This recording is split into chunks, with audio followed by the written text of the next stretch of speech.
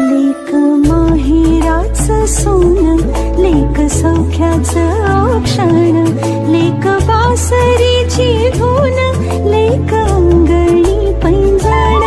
लेक चैतन्याचे रूप, लेक अल्लड चांदण, लेक रंगांचं शिंपण, लेक गंध हवामान, लेक परक्याचे धन, बाबा तुटतो आतून, आला गोठलेला क्षण, शुभ मंगल